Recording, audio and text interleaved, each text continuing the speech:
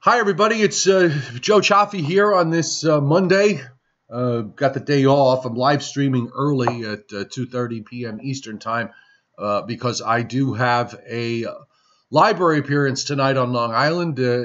Welcome, by the way, to my Facebook audience, as some people may be checking in. I put the live stream link on. I will be at the Bayport Blue Point Library at 7 p.m. And we will talk about our winter so far. We'll talk about the winter storm from last week. We'll talk about what's going on tonight. Hopefully that won't keep people away. And what we see for the long range. So that's the Bayport Blue Point Library in Blue Point, which is very close to Patchogue, just right before it off of Sunrise. Just go down to Montauk Highway. It's right nearby, very easy to find. And do by all means join us. You can either give the library a call and let them know you're coming, or just show up and we'll have a great time. So good afternoon to all. Did something today that we haven't done since Christmas Day, and that is, at least where I am, it's above freezing, barely. It's at 33, and we have an overcast sky. Air is still pretty dry. Got some activity going on the radar as this weak system is about to move in. So why don't we take a look at what's happening at the moment? We do have winter weather advisories up. And a few of you have asked me this question since much of the area, and it looks like much of the area is under the winter weather advisory, but some of this area is not, even though they're going to be getting some precipitation. And the reason for that is that Weather Service no longer puts out any kind of specific advisories for freezing rain. They've kind of incorporated that inside the winter weather advisory. So even though the areas that are under the advisory are probably going to wind up with at maybe just freezing rain and sleet, or perhaps maybe they get a little bit of snow, a coating of snow, or a little bit more. It's predominantly because of the issue of freezing rain and with icing. And the areas to the north, northern New Jersey, northeastern Pennsylvania, the Hudson Valley, Long Island, and Connecticut, most of what should fall there will be snow. Although for Long Island, I'm a little bit cautious here because of the fact that temperatures have edged up a bit. And even though it is still cold enough aloft to produce snow, some freezing rain could sneak in. So we just want to bear that in mind. This is a light event, but it's coming right as we get the evening rush underway. And of course, everybody is just kind of treating this as a normal work day. So traffic is at its usual heavy self. And that's probably going to mean that the evening commute could get a little rough. Some areas that get freezing rain and get some icing. We've been seeing temperatures that have been sitting below 20 now for 3-4 days in a row. And of course, this cold air extends all the way back to Christmas time, so the ground is cold and it's not warming up very quickly. We also have some action in the west that we're going to get to in just a second. But here's the radar right now. Again, it's not a big deal here. We've got some echoes showing up in the Hudson Valley to just south of Albany, extending down into the Catskills, and there's a little bit of a break. You got some precip aloft that's running to the east of all this, moving into parts of Connecticut. But where you see the green areas, that's where it's pretty much reaching the ground. And it's a fairly narrow area of precip. And also where we see the yellow popping up, that could be sleet or freezing rain that's being showing up on the radar. So just bear that in mind. The temperatures, except for a few places right over parts of Long Island and along the New Jersey shore, are still under 30. Most of the area is in the 20s. So if you wind up getting into a situation where the air is warm enough aloft and the precip falls and it falls down as rain, you're going to have a light glaze that's going to develop on area roadways rather quickly. So just bear that in mind, with the advisories extending down into Maryland, Delaware, and even further south than that into northeastern Virginia. So again, if you're traveling this evening in areas where the advisory is up, I would be really cautious in terms of, getting around. It shouldn't last for too long. maybe a couple of hours at most. Getting in, it gets in and it gets out. So maybe a few hours of precip before this weather system pulls to the east. There's no real southern moisture with this that's getting involved, and that's why the precipitation is limited. When we look on the satellite loop at the moment, there is a southern stream system that's moving across the Gulf states, and you can see the clouds that extend down into the Gulf states, but that is staying separate from the northern stream system. It's not phasing in any way, so we're not getting any of that southern moisture coming up and getting involved with all this. So it's almost just like a weak little front that's moving on through.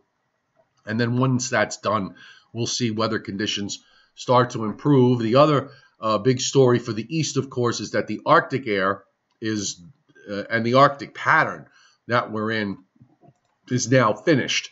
And we are going to see weather conditions get back to something resembling normal for a while, or maybe even a little bit above normal. Also want to point out that in California we have winter storm warnings up for the mountains in the eastern part of the state, with watches going further north, and there were even some scattered watches down in the south. And I think maybe a couple of winter storm warnings, some local winter storm warnings may have been put up in parts of Southern California, along with high wind warnings.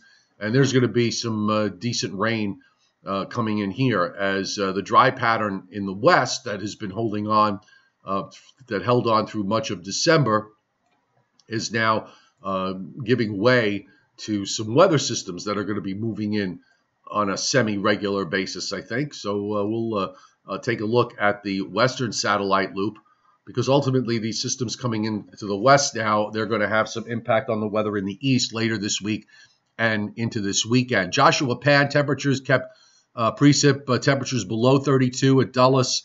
Fairfax County Public Schools closed. Billy Johnson, the cold snap is broken, or at least the severe part of it anyway, is all done. Albany, also for Raymond, is happy because you're still below freezing. You're gonna have interesting weather up in upstate New York later this week and into this weekend, because there's some debate on weather models as to how far north this wave is going to go, how far north is the warm air going to penetrate. Mirtha Gunter, hi to you. Jason Schaefer, hi to you. Mark Montori, leaving Long Island at 3 a.m. to drive to Florida. Take me with you. Have a good time. You know what? Just be careful going through Jersey. I would imagine by 3 a.m. the precip will be long gone.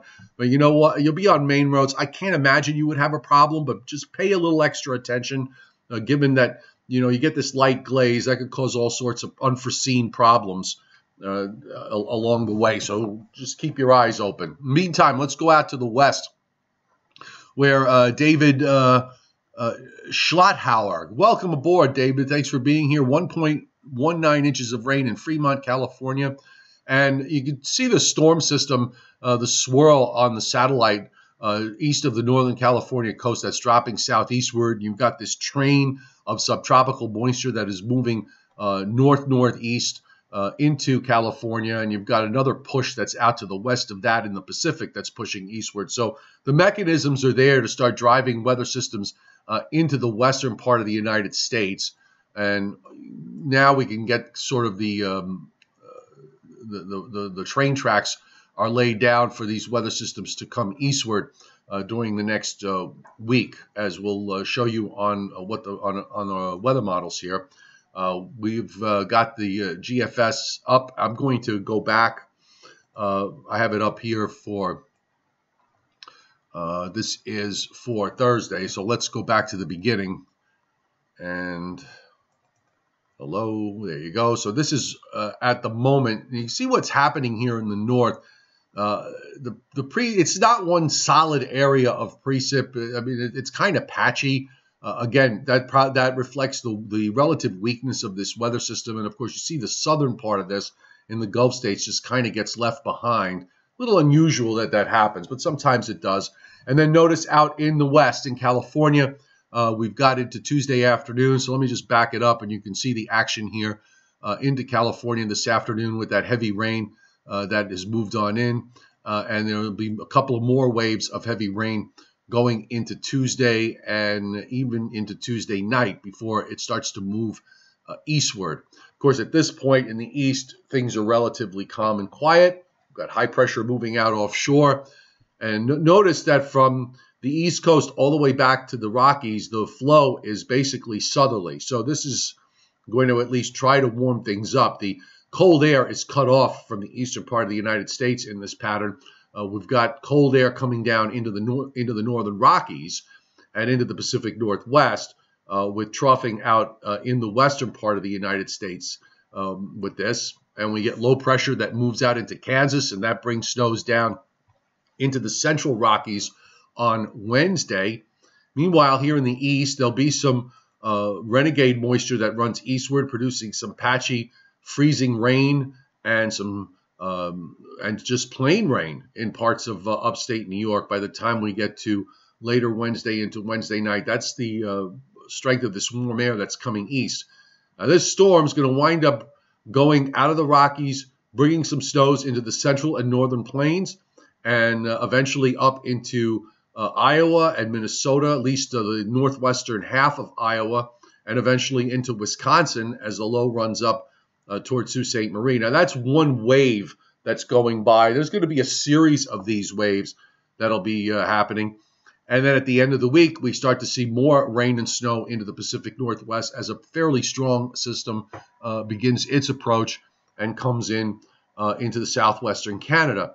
Now, in the east, as we go into Friday, the second wave will develop. You see it here in northern Alabama. Cold air is trying to push in across the top into eastern Canada. This was something that the models were doing last week and trying to show that cold air sort of pressing down into the eastern part of the United States. And I think it's going to do it to some degree. The European actually has a slightly colder look. And I think this opens the door to the possibility of some icing issues from the middle Mississippi Valley on up and through parts of Illinois and Indiana and eventually into Ohio. And, of course, also at this time, as we go to Friday morning, here's another system in the northern Rockies with some snow coming into the Dakotas and Montana and back through Wyoming and Idaho. Now, we'll move this along with this wave in the east. And the boundary zone is, if you look where the low is and just kind of point your finger northeast, you see how the isobars kind of go south to north and then turn easterly. So there's a frontal boundary that runs from just north of Washington, D.C., just north of Philadelphia, just north of New York City to about Boston. From there, north and west, temperatures are going to have a real tough time. To the south of that, there's going to be warm air that's trying to come up, and places are going to get into the 50s and maybe even some 60s. But with the deep snow cover, especially up to the north, the possibility does exist that we could see this cold air up to the north be a bit more important.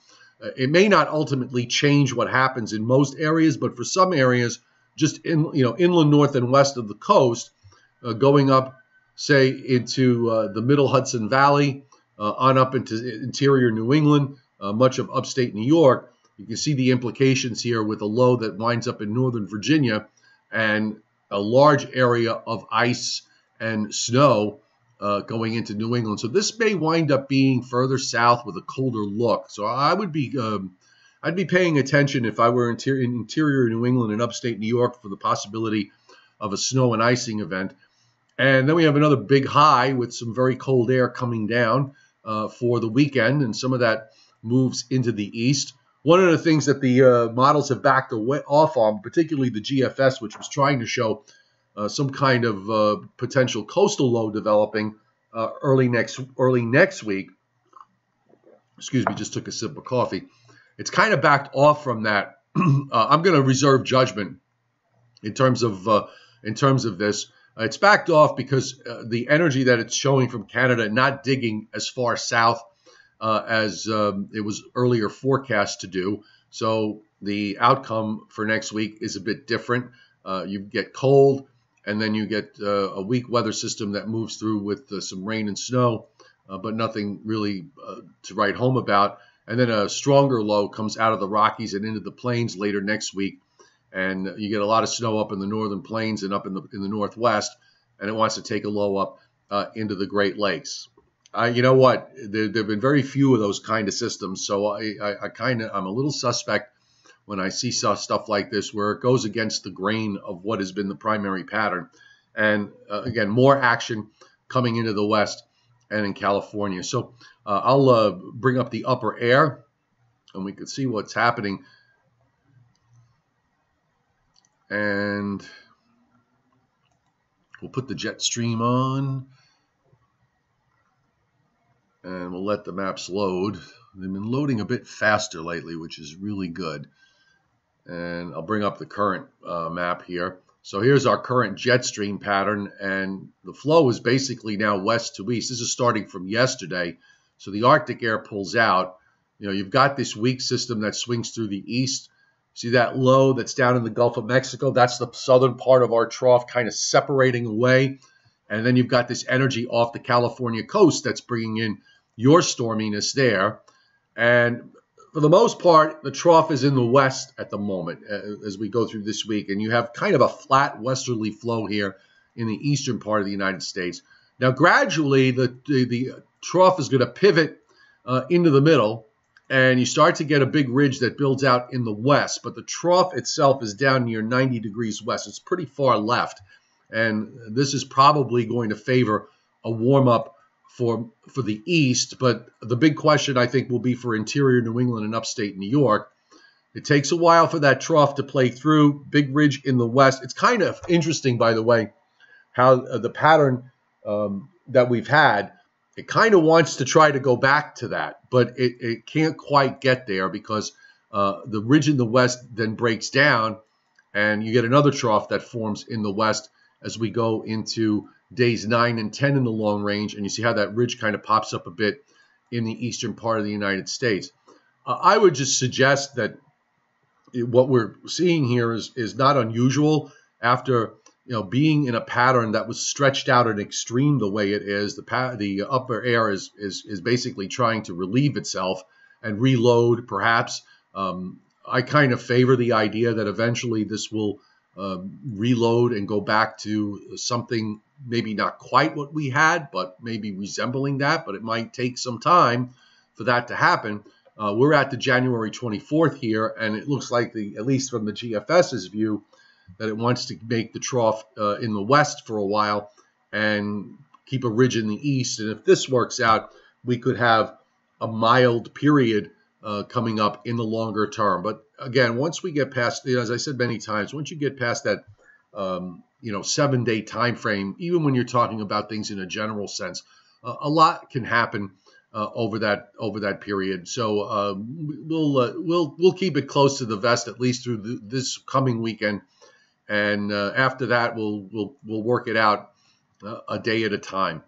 So, quite frankly, this cold for me was so extreme that I'm happy that it's over with. I'm not I'm a fan of snow. You could certainly label me as a snow lover, although I do maintain a very even keel, unemotional view of it when it comes to forecasting. But the cold was a bit much. I think especially because of the fact that the wind was just out of control, and it made it being outside extremely unbearable. I had to replace a mailbox that got taken off, and I honestly thought that I was just going to freeze in place. Watching traffic, Joshua Penn in the D.C. area, would not be at all surprised if it gets a little hairy with just a little bit of freezing rain coming in. And the pattern does look a bit wetter in the longer haul, so that might be good. We've been kind of dry, even with the snowstorm, and the snow events we've had have been minor, so except for the snowstorm, of course. And other than that, I was remarking to a friend of mine who lives on the New Jersey shore, where they're always fighting sleet and rain issues there, that we, especially this time of year, sometimes, get deeper into January and February, less so. But he's had 5 snow events since the first ones from December. Not a single raindrop or a single ice pellet has he seen, and that is pretty remarkable for coastal Ocean County and points south. That might even extend down into Atlantic City and Cape May. It's been that unusual a pattern. Let's see. No beef with me. Watch how much snow for this storm on the. You have 2 TH, so I'm not sure. I guess you're meaning the 12th and the 16th. The 16th is too far out. I can venture a guess on the 12th. So, we can go back and I'll put up what the models are doing with this.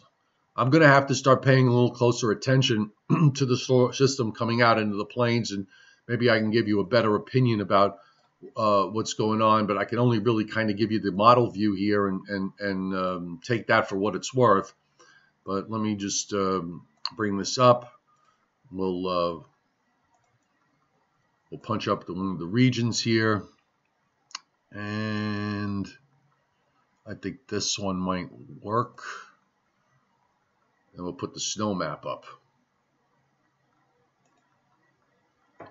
Let's see, total snowfall.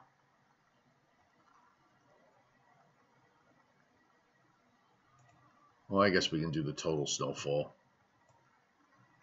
All right, so there you have what the model is showing. This is for the whole 10 days, okay, where it looks like it's showing some bullish amounts across the Dakotas and through parts of Minnesota. But again, that's through the 10-day period. So let's get closer in time frame. All right, so now we're in the 11th and 12th, and you can see where the bulk of this snow from the 11th and 12th is, from eastern Nebraska on up through Iowa and Minnesota. Looks like, some 6-inch plus amounts into northwestern Wisconsin from this. In the east, we take a look at the east. If there's going to be some kind of snow and ice situation at the end of the week and into the weekend for parts of Ohio and on up through western PA, western New York, you can see what the model does with this, actually producing some fairly bullish amounts across northeast Ohio and western New York. Now, I want to be careful here because this may also include some sleet and ice. So these numbers may be skewed here. A lot's going to depend on where that boundary zone is with regards to snow and ice in the east. And we might as well look for you folks out in the west, in California, and see what they have going on here as far as snow is concerned. And you can see the mountainous areas do, pretty well. Even a few pockets down into Southern California, some of the higher elevations there. This is through the 10-day, through the 7-day period, and I'll just add the extra 3 days. And it does produce some pretty monstrous snow amounts up through central and northern California, in the eastern part of the state, in the mountains there, and along near the Nevada border, and on up into parts of Oregon, into Washington State. We'll bring up the Northwest through the 10-day period. You can see there's a lot of snow here being indicated for that area. I'll get my friends in Colorado a view also. And then we'll go take a look at Europe, which is always fun to do. And then I'll come back to the board and we'll talk some more. So looks like for the western half of Colorado, at least down into the western half of New Mexico, parts of Arizona and Utah, finally getting some snow where they haven't seen very much of it this winter.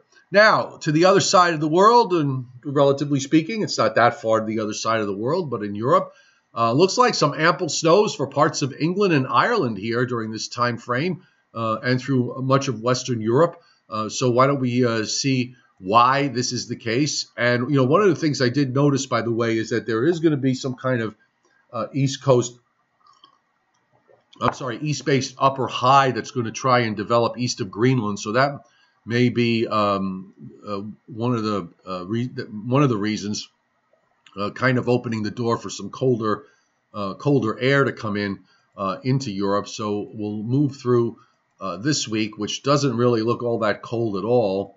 But of course, now with the Arctic pattern breaking down in the eastern United States, perhaps we'll get that colder look into Europe. And it does bring in, some colder air as we move into next week and beyond, it does have a much colder look. So maybe getting a bit of a flow setting up from Greenland and Iceland coming down. You can see it there with the model producing a fairly nice storm deep into the long range. When I say nice, I mean, I'm referencing the strength of it. I'm not specifically saying that it's a nice storm. Okay, so let me correct my my language there. So it looks like, excuse me, excuse me. It looks like the action across Europe may be, from a winter standpoint, may get a bit of a reload. And why don't we take a look at southeastern Canada and see what the situation is for you folks, because the weather system here in the east with that ridge might not really bring it. It certainly doesn't look like we're going to be bringing that warm air all the way up. But why don't we take a look? And we actually do have rain here into Friday, and then it goes over. Here's that ice and snow situation for the weekend. So it actually brings ice up into parts of New Brunswick and Newfoundland out of this, with snow in Labrador. I would imagine that it would have to, almost any system this time of year is going to bring snow up in Labrador. But that would be about it. Doesn't look like anything too major until you get deep into the long range. And, of course, at that point, it's in the category of who knows. So give me 1 second here. Let me come back up. I'll get to some more of your questions and comments. Once again, if you're late to the game, I'll be at the Bayport Blue Point Library tonight at 7 o'clock on Long Island. It's absolutely free. Come join us. We can talk about last week's storm. We'll talk about what's going on at the moment and any other subject matter that you would like to discuss. So Always Smiling is on holiday from the 18th to the 21st. And yes, Raymond, you have 16 days not hitting 32. New York City's at the same point today. But tomorrow, if it doesn't get above 32, I would think by now, if it didn't get above 32, it may not. But I also would think that by tomorrow, we'll probably see that get up, New York City get up to above 32. Let's see. Mary Atkins, too cold out now, she says. 34 out, 3 inches of snow last night, but melting. And yes, enjoy your day as well. Let's see. Always Smiling. I took care of Europe, so you're good. Joe Arabia is you're coming tonight. That's great. Awesome. Be great to see you there tonight. Fallen Angel. Sure, by all means. I got another one coming at the end of the month in Lindenhurst on a Saturday, January 27th. Thank you, Joe. I really appreciate it. Bringing me a cigar. That's awesome. Looking at the EPO, WPO, PNA over the next 10 days, what do you think our weather will be like? Well, one of the things I noticed with first of all, the NAO is positive all the way through. So unless there's a big shock there, that part of it is out of the equation. Although the European last couple of days, for some reason, wanted to crash the NAO this coming weekend. And maybe that's the reason why it takes this next low for this weekend and actually tries to take it a bit further south. It almost wants to look like it wants to go back to that look that it had and what even the GFS and Canadian had about three or 4 days ago, where it was trying to wedge that cold air in with the high pressing into eastern Canada. So I'm not going to rule it out completely, because the European is not that it's trying to do that, but it's attempting at least to push that high further east and having a slightly colder look. I don't think it would be cold enough to impact places like New York, Boston, for example, New York City and Boston, but it might make a difference further up to the north for central New England, central areas and northern areas of the Hudson Valley. And again, the snow cover is going to play a role. The Eastern Pacific oscillation goes positive, and then it goes kind of neutral-ish. And the Pacific North America pattern it goes neutral, then spikes, big positive next week, and then it kind of drops and eventually goes negative. So I don't know. I think there's probably all of that, to me, kind of spells a lot of volatility. If it does get cold, it'll get cold for a day or two, and then the cold air will pull out, and then it'll warm up and rain.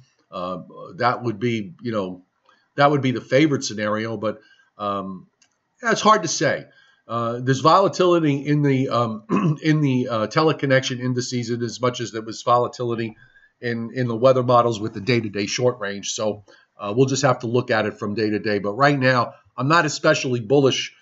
If you want to go back to the pattern we just had, that's not happening. At least not anytime soon.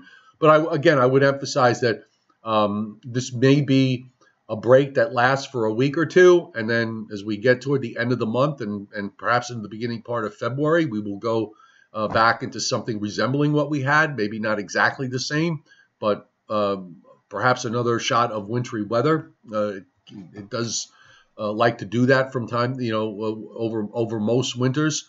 You get a primary pattern, a break in the middle, and then the primary pattern comes back. So we'll see. And let's see. Thanks so much. I only watch my weather, the Irish Met Office. Always smiling. You're not the only one that has told me that it's kind of the amount of information is kind of sparse. And frankly, I think their websites, the U.S. National Weather Service website, it's amazing. And the stuff that we have available free to the public is just absolutely incredible that you just can't get on some of these weather websites in some of the foreign countries. It's very surprising and kind of disappointing. You should lobby your governments to do something about that, to make to get your weather sites to put more information out there and make it more user friendly. That's just my own opinion. Willie, it looks like a potential atmospheric river event. Okay, I'm guessing you're referring to, weather system after weather system coming into California and into the West. I'm going to give give it a deeper look and maybe talk about that over the next couple of days. As I honestly, I've been, I get very focused on my own local weather. I don't know if I have all the time to look at other parts of the country that deeply, but I will check that out. Brandon Doherty. Could transient weather situation could lead to another significant storm?